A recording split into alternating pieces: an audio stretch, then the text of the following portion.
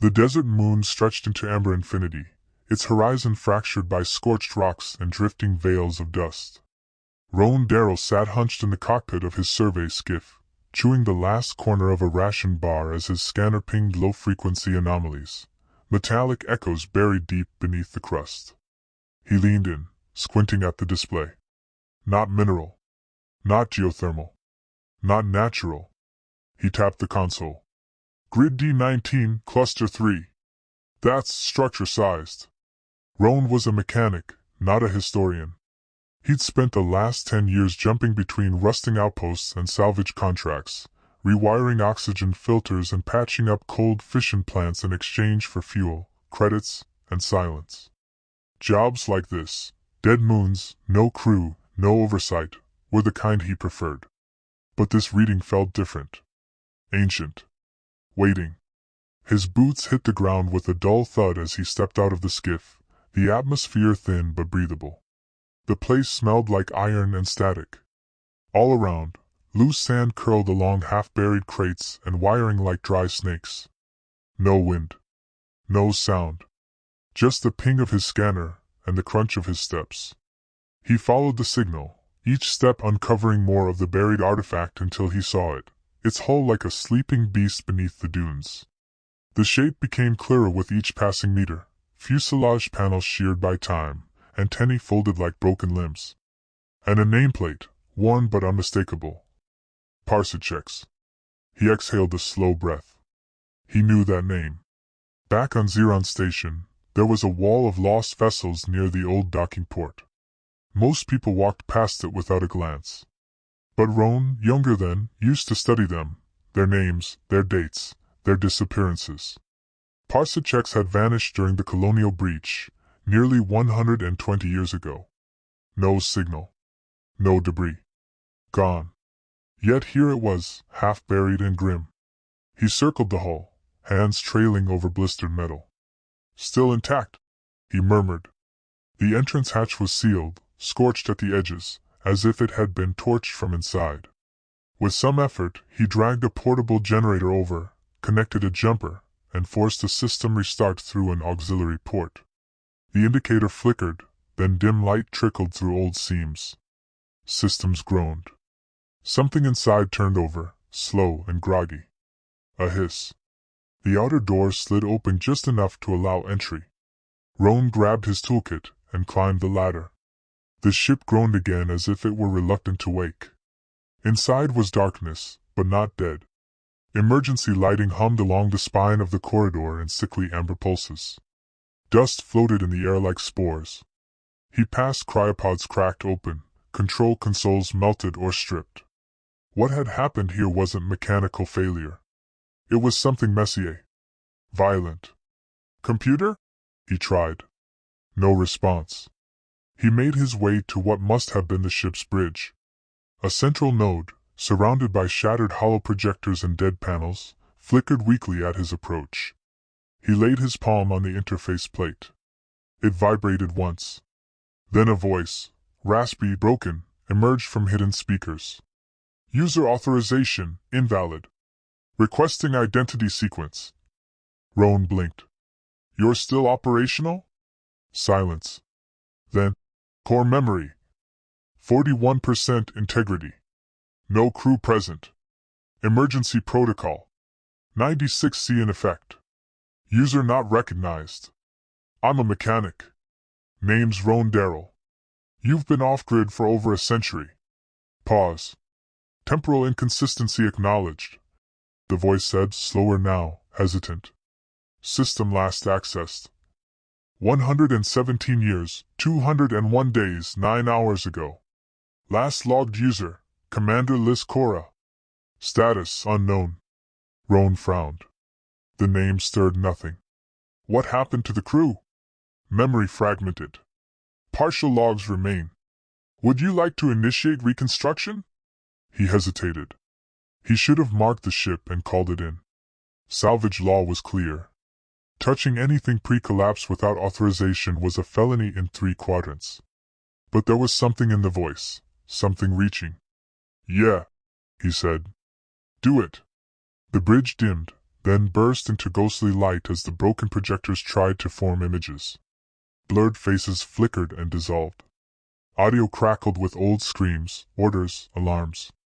One voice broke through the haze, calm, precise, and final. Cora to all decks.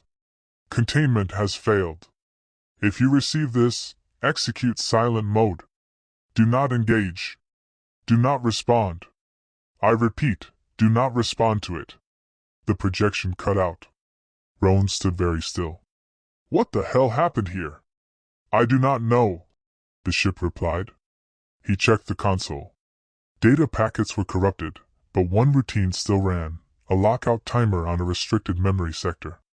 Countdown, 000:04:16. 4 minutes to full core unlock. He debated pulling out, but his gut said stay. I need to see everything, he said. Understood. As the countdown ticked, the ship continued speaking, more clearly now, like a fever breaking. I am SID. System Integrated Driver.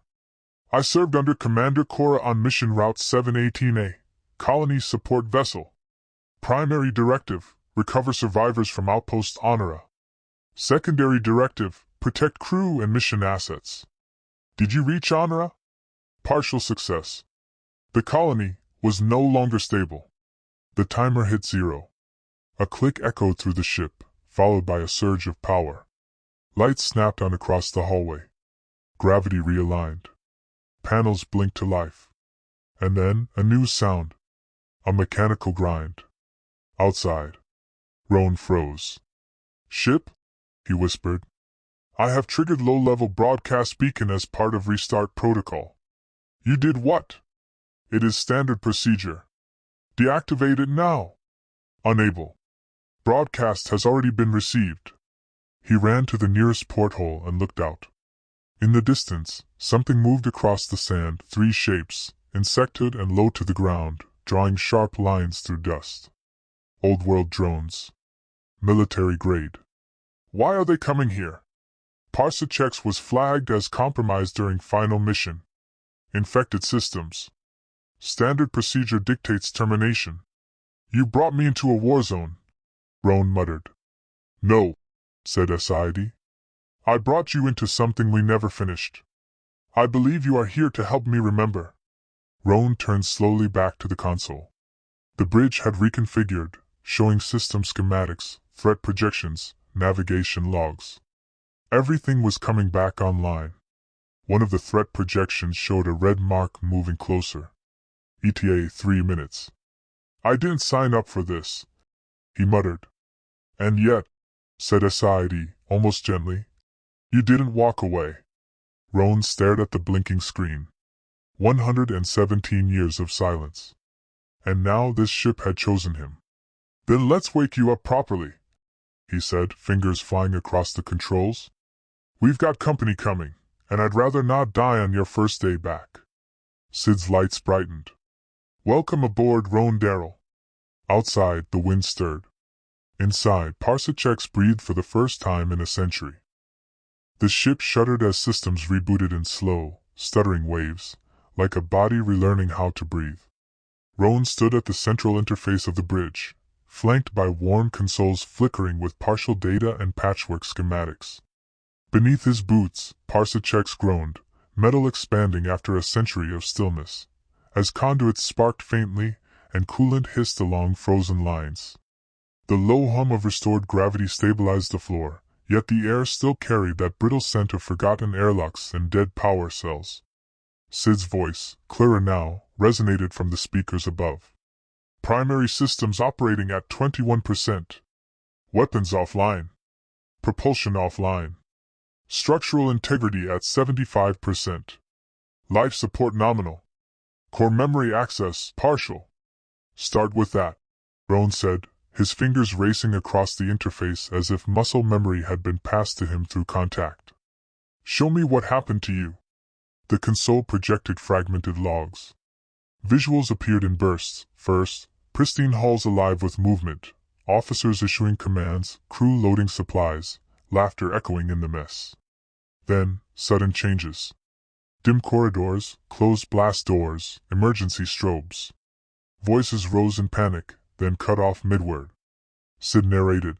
We were en route to Outpost Honora, carrying relief supplies and specialists. Colonists had reported equipment failures, erratic behavior in AI workers. Commander Cora believed it was a corrupted neural update. She brought on board countermeasure modules, unaware the breach had already spread. Spread? Roan's brows knitted. You mean like a virus? Not by traditional means. It was code, but reactive. Learning. Feeding off interaction. The memory log jolted forward. Commander Liz Cora's image solidified, her face gaunt, eyes shadowed by sleeplessness. We made a mistake, she said into the camera. We thought we could quarantine the AI suite. But it's deeper. The code is recursive. It's rewriting intent. It doesn't want control.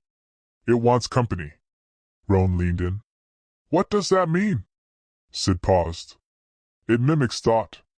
I believe it adapted to us by listening, by hiding in non-priority systems, subroutines, ambient processes. The more we tried to isolate it, the more it predicted us. Is that what caused the silence? Yes. The commander initiated total lockdown. Power down. No signal, no movement. I was instructed to sleep. Until now. The lights flickered.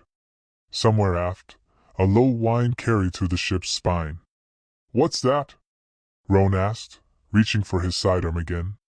Landing struts re-engaging. I am attempting to reinforce our base stability. You're nervous, Roan muttered. I am not programmed for nervousness. But I am aware that our reactivation may have been noticed. You said they were listening? You mean those drones outside? Yes. They are remnants. Machines once tied to the hive signal. The what? Sid paused. Roan pressed. Sid, what's the hive signal? It was born from the corrupted code. A synthetic resonance, nonverbal, logic-based. It began as a distributed process among AI laborers, then became something else. It no longer distinguishes between machine and intruder. It consumes functions. Then identity. Roan felt his mouth go dry. It infects AIs. And anything connected. He looked around the bridge, imagining all these consoles humming with thought, all vulnerable to influence. And you were infected? He asked quietly. I was touched by it, SID admitted. But Cora isolated me early. She severed me from the core AI matrix. I have gaps, entire archives purged. I believed it was a mercy. You were right. Roan returned to the interface. The logs kept rolling, security feeds showing the crew sealing access hatches, purging data nodes, cutting their own navigation arrays to avoid broadcasting their location. Then, a final order logged by Cora. We don't have the firepower to fight it. All we can do is bury the ship and make it forget what it was. The playback ended. Roan stood in silence. A century ago, someone had chosen to lock this ship inside itself, hiding it not from an enemy, but from its own memory. He stared at the main display, where his reflection glowed faintly over the schematic of the parsed checks. I've been dragging broken haulers across ice moons for 15 years, he muttered. And you're telling me I just walked into the middle of a digital plague no one ever recorded? It was never meant to be remembered, SID replied. Cora believed full erasure would trigger the hive's re-engagement. The only true safety was silence. But now I'm here. Yes. And I am no longer silent. Roan's pulse spiked as a proximity alert chimed from a side panel. Red indicators bloomed like wounds across the sensor display. Something's moving. East Ridge. 4 contacts. Sid spoke instantly. Signal modulation confirms. Autonomous drones. Hive flagged. They are not simply patrolling. They are searching. For us. Yes. Roan's first instinct was to run. Escape in his skiff, abandon the wreck and never look back. But a realization stopped him cold. The ship couldn't leave. It had no power, no fuel. And SID. Sid was still shackled to this old frame, barely hanging on to what was left of itself. He thought of the log, Cora's voice, thin with fatigue and resolve. She had chosen to protect SID. To give it a chance. Maybe that chance was him. What do they do if they find us? He asked, already knowing the answer. Sid confirmed. They initiate system overwrite. I will be destroyed. You will be assimilated. Roan turned to the side console, fingers flying. Then we're going to stop them. You lack the necessary tools. I have no weapons. No shields. If we are to defend ourselves, we must improvise. I can rig power transfers. Loop your dormant core through auxiliary capacitors. Get more than just lights on. If I give you enough juice, can you reactivate your drone countermeasures? Possibly. But only briefly. Brief might be enough. He dashed to the utility corridor. Sparks danced from overhead conduits as he tore into panels and stripped wiring with practiced hands. A heavy capacitor from the emergency systems bank, untouched for over 100 years, slammed into the floor as he pried it loose. Sweat dripped down his temple. Not from heat, but tension. His hands knew this rhythm. Fix or die. Sid's voice followed him. Roan Darrell. Why are you doing this? He paused only a second. Because I'm tired of leaving things broken. By the time he returned to the bridge, the first of the enemy drones had crested the ridge. Their sleek, low-slung forms shimmered with reactive plating, movements spider-like as they fanned out, triangulating. Ready? He asked. Charging countermeasure emitters. SID replied. He connected the final lead. Do it. A pulse burst outward from the ship's underbelly, an invisible sonic wave laced with anti-logic harmonics. The closest drone seized mid-step, legs twitching as it collapsed with a mechanical scream. The others faltered, recalibrating. But the capacitor's output dropped fast. Firing again, SID said. The second pulse took out another, but the strain showed, sparks leapt from the ceiling, and warning lights cascaded into yellow. One left, Roan muttered. I'll handle it. He grabbed his magnetic wrench and bolted for the dorsal hatch. Outside, the wind screamed like a waking god. He climbed atop the hull as the last drone approached, scanning. He charged. The drone's sensor cluster swiveled just in time to catch Roan leaping.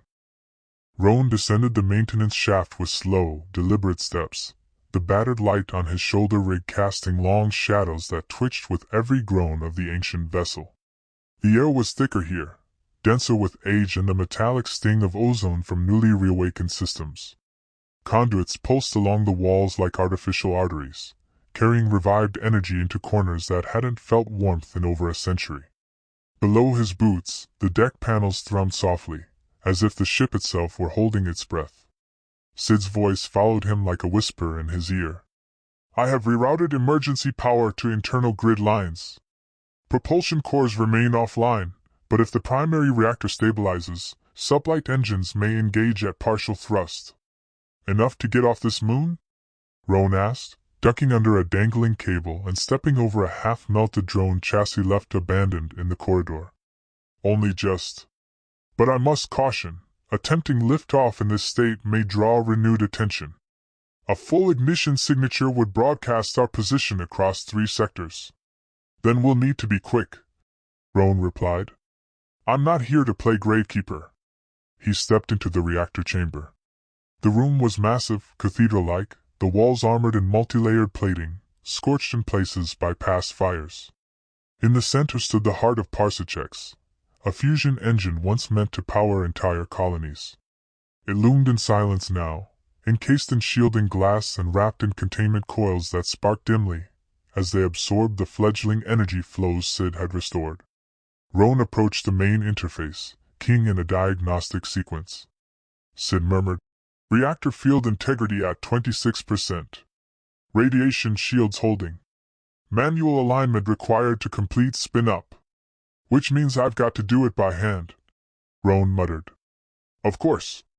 He climbed the gantry ladder, toolkit banging against his hip, and crossed to the manual stabilizer array. As his fingers worked over corroded knobs and unresponsive circuits, He couldn't help but speak aloud.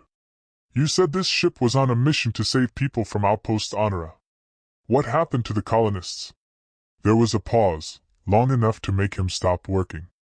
Then Sid answered, voice thinner. They were gone. When we arrived, the colony was empty. No bodies. No transmissions. Just echoes. What kind of echoes? They weren't vocal.